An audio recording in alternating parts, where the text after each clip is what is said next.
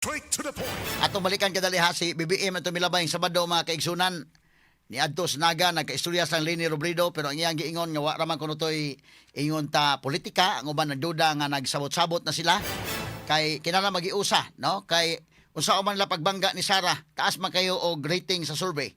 So kung magkabog sa pa gyud ang oposisyon medyo madihado sila. Mo na nga dunay mga plano maghiusa o ngani dunay mga plano nga ang grupo ni BBM maghiusa pod sa grupo ni Leni. Ambot og dawaton ba na mga kaigalaan. So pagbisita dito ni BBM sa Naga maunay nahitabo ay atong paminawon sa kadali names. Asa man tong video names? Kani oh. Asa man. Aside sa flood control issue, nakikita po ang visit ninyo sa Naga City in the lens of politics. Are you open to forging an alliance with Naga City Mayor Leni Robredo for 2020 Alam mo, election? hindi namin pinag-uusapan nun. Alam mo, I think the mayor will agree with me na serbisyo muna bago politika. The most political thing that we did today, I wore my pink socks. My pink socks in honor of Mayor Leni. President, may nagsasabi po kasi na yung pagbisita niyo daw po dito ay sagot dun sa pagdedeklara ni Vice President Sara. We have been planning this for a few months already. Because talagang naging critical ito especially with the storms that came in. Then I already instructed Sec Vince and Sec Ping to look at the situation here. Because, you know, we know that Bicol is always the pathway of the storms. But the immediate problem that we saw, the change in pattern that we saw, is yung bigat ng bagsak ng ulan. Dati hindi naman ganun karami. You got 700 in one day. 700 centimeters of rain in one day. Ano yan? Patumbas ng 6 na buwan yun.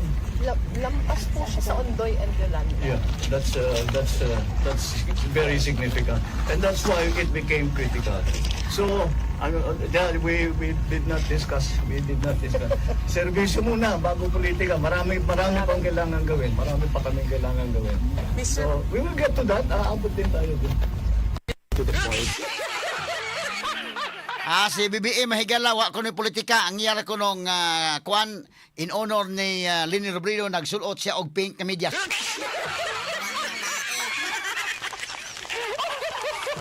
Iyata gituyo to yung pink na medyas kay bisita sa Leni. Anay na lang tamo sugot sa Leni mahigala nga mo iyang ibangga ni Sara. Kay karon mga kaigalaan medyo ligon-ligon nga kandidato ron magkabangga Sara medyo sa administrasyon medyo wa gyud. John Vic maglisod, Martin maglisod. Kisa man Tulfo medyo maglisod. Dire pod sa pink mahigala si Risa, Bam og si Leni. Murag si Leni mo murag bangkabol. Murag maoy kuan gamay. Sumo na iyang giadto mga kagalaan. So malagmit inig ka 2028 kining duha mo oy magbangga Sara Duterte og si Leni Robredo. Balikan ko to gamay itong pink ni Kwandong, pink kamidyas ni Marcos dong.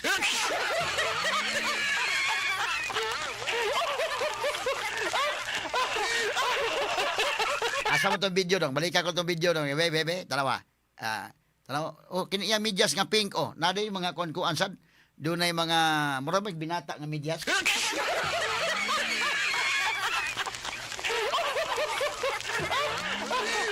Bebe, balik ako sa itong video, be. Kana, be. Si audio. For 2020 Alam mo, election. hindi namin pinag-uusapan nun. The point. Aside sa flood control issue, nakikita po ang visit ninyo sa Naga City in the lens of politics.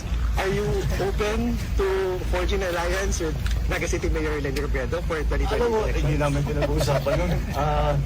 Alam mo, I think the mayor will agree with me na serbisyo muna bago politika. The most political thing that we did today, I wore my pink socks.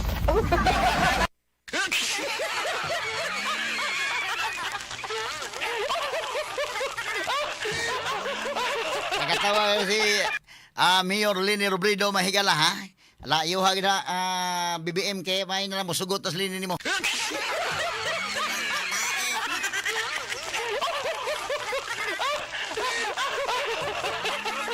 So si Mayor Leni Robredo murag medyo madasigon siya nga ni abi-abi ni Presidente BBM.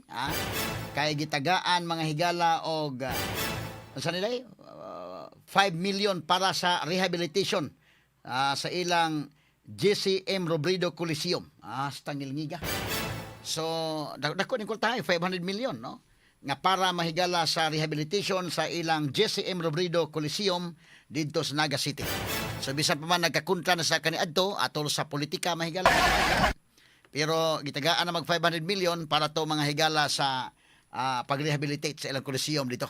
Medyo okay na lang po tingnan na.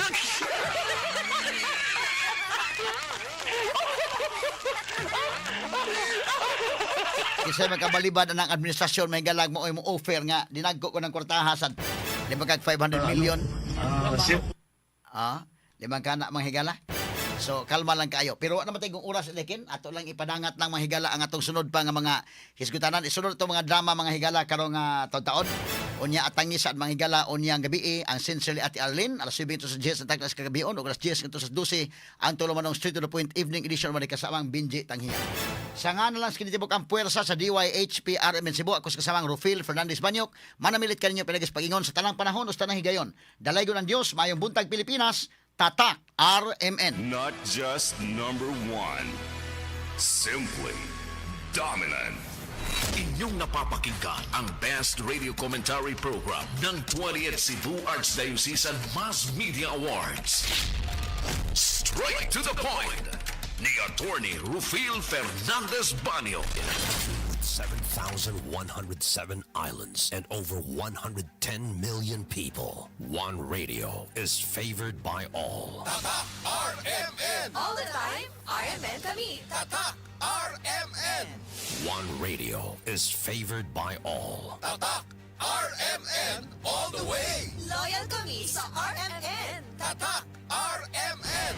One radio network conquers all. Number 1. In the latest KBP Kantar official survey, Radyo Mo Nationwide.